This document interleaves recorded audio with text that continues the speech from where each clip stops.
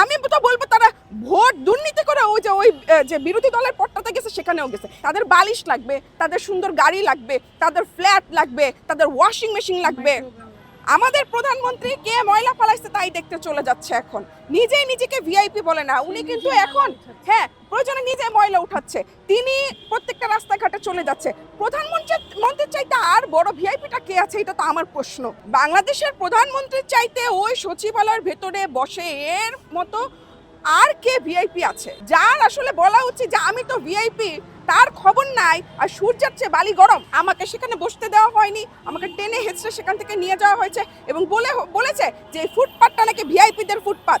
তো এখন তারা যে ভিআইপি বোঝাতে চায়, ওই যে বললাম সূর্যের চেয়ে বালি গরম, এটা হতে পারে, এই ভিআইপিটা হতে পারে যে আমাদের হচ্ছে যে স্থানীয় সরকার প্রতিমন্ত্রী বা স্থানীয় সরকার মন্ত্রী। কারণ প্রধানমন্ত্রী তো নিজেকে ভিআইপি মনে করছে না, ওনারা দুইজন তো বড় ভিআইপি। এই ফুটপাতটা তাদের মানে হচ্ছে তাদের দুজনের। তাহলে আমার প্রশ্ন হচ্ছে, স্থানীয় সরকার মন্ত্রী প্রতিমন্ত্রী যদি ভিআইপি হয়, আর তাদেরকে যে ভোট দিয়েছে, তাদেরকে যারা ভোট দিয়েছে তাদের ফুটপাতে আপনারা দখল করে রাখতে পারেন, ওই কুকুরটাও শোয়ার জায়গা নাই ওই ফুটপাতে, আর আপনার ফুটপাত আপনি ক্লিন রাখতে চান, ভিআইপির ফুটপাত ক্লিন থাকবে, আর আমরা সাধারণ মানুষ যারা ভিআইপি নির্বাচন করেছি তাদের ফুটপাত থাকবে ময়লা পেশাব থেকে শুরু করে সব কিছু দিয়ে ভরা। আমরা আমাদের বাচ্চা স্কুলে নিয়ে যেতে পারবো না। এটা কোন ধরনের মানে হচ্ছে গণতান্ত্রিক নীতি হতে পারে? গণতন্ত্র এটাকে কি বলা যায়? এটা স্বৈরতন্ত্রের চেয়ে খারাপ। আর তো প্রশ্নটা আমাকে কেন থানায় নেওয়া হলো সেটা তো আমাকে আজ পর্যন্ত কেউ ক্লিয়ার করে বললো না। গতকাল থেকে আজকে 24 ঘন্টা পার হয়ে গেছে। আপনারা কি জানতে পেরেছেন আমাকে কেন থানায় নিয়ে যাওয়া হয়েছিল? আমিও জানতে পারিনি কেন থানায় আমাকে নিয়ে যাওয়া হয়েছিল।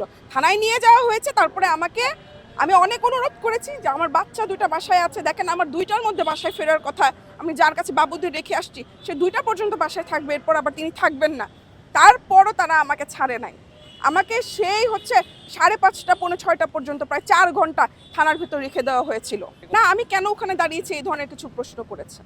ভাবে বলতে হবে কোন বক্তব্য দেখেছেন, কার সাথে কথা বলতে দেখেছেন, আপনার আমাকে সুনির্দিষ্টভাবে বলতে হবে আপনি কোন নেতার সাথে আমাকে দেখেছেন, আপনার আমাকে সুনির্দিষ্টভাবে বলতে হবে কোন মন্ত্রী এমপি তার পিএস এর সাথে আপনি আমাকে দেখেছেন।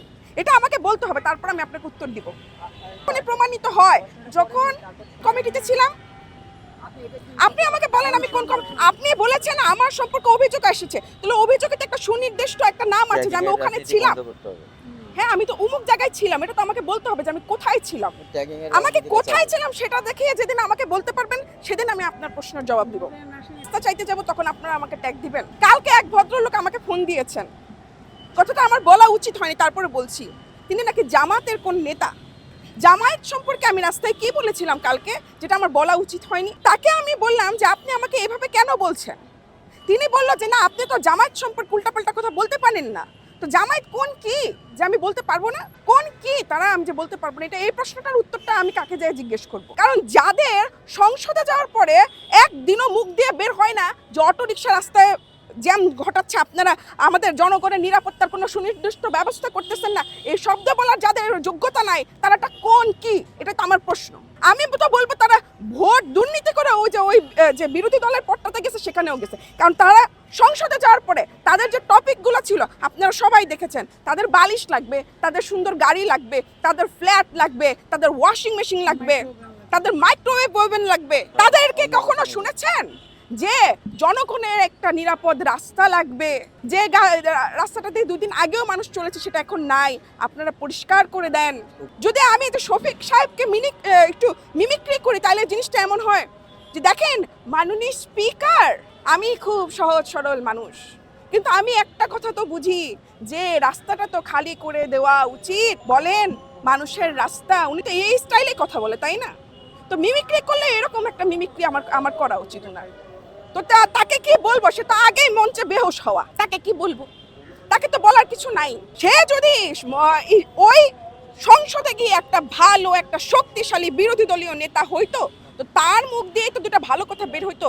তা না করে তাদের যত ছাগল পাগল আছে ওগুলাকে দিয়ে আমাকে ফোন করায়। আমি একদম কোন বড় কিটা হয়ে গেছি যে আমাকে ছাগল পাগল দিয়ে তাদের আবার ফোন দেওয়াতে হবে? যদি আমি কোনো কথা বলে থাকি তাহলে তো আমি সরকারের বিরুদ্ধে বলেছি, সরকার তার কাউকে দিয়ে আমাকে ফোন করায়। আমি বিরোধী দলকে কি বলেছি? আমি একটা কথাই বলছি, কালকে আপনারা আমাকে সচিবালয়ে দেখেছেন, আমি আবার একটু দম নিচ্ছি। আমি দেখতে চাই যে সরকার সময় নেওয়ার পর কি হয়। তারপর দেখবেন যদি সময়ে কোনো কাজ না হয়, তখন একদিন দেখবেন আমি যমুনার বাইরে ভাত বেচতে চলে গেছি টিফিন ক্যারিয়ার নিয়ে। এটা বলতে হবে তাদের অ্যাকাউন্ট আমি ঘুরি। আমি এর আগেও একদিন এই হাসির কথাটা বলছি যে আমাকে এই শাহবাগে বলেছে, আমাকে যদি কারো মানে খুব সমস্যা মনে হয়, এটা বিএনপির মনে হওয়ার কথা ছিল, কিন্তু আমি জামায়াতের কি করলাম? তাহলে কি আমি বলতে পারি ওই রাস্তা, ওই ফুটপাত জামায়াতের লোকজন দখল করাচ্ছে সরকারকে বিপদে ফেলার জন্য? আমি কি তাহলে এই কথাটা বলতে পারি? হ্যাঁ, আমি তো বলতে পারি তাহলে এই কথাটা, কারণ আমি যখন এই কথা বলি তখন জামায়াতের কেন তেলে বেগুনে জ্বলে যায়? আমাকে বলে জামায়াতের কেন তেলে বেগুনে জ্বলে যায়, এটার কি উত্তর হতে পারে? আমি কি জামায়াত বিষয়ক কোনো কথা বলি? গতকালকে যে লোকটা ফোন করছে সেও জামায়াতের একজন লোক, সে কেন আমাকে ফোন করবে? এই প্রশ্নের উত্তর দেন। এই প্রশ্নের উত্তরটা কারো কাছে না, এই প্রশ্নের উত্তর আমার কাছে না। যে কতগুলো আইডি, সে সব বট আইডি, এবং দেখবেন এগুলো জামাত সংশ্লিষ্ট। এর বিরুদ্ধে, সরকারের বিরুদ্ধে। আমি যদি সরকারের বিরুদ্ধেই হইতাম তাহলে এই সমস্যার সমাধানের জন্য সচিবালয়ের বাইরে যাইতাম না, বলতাম সব ভাঙ।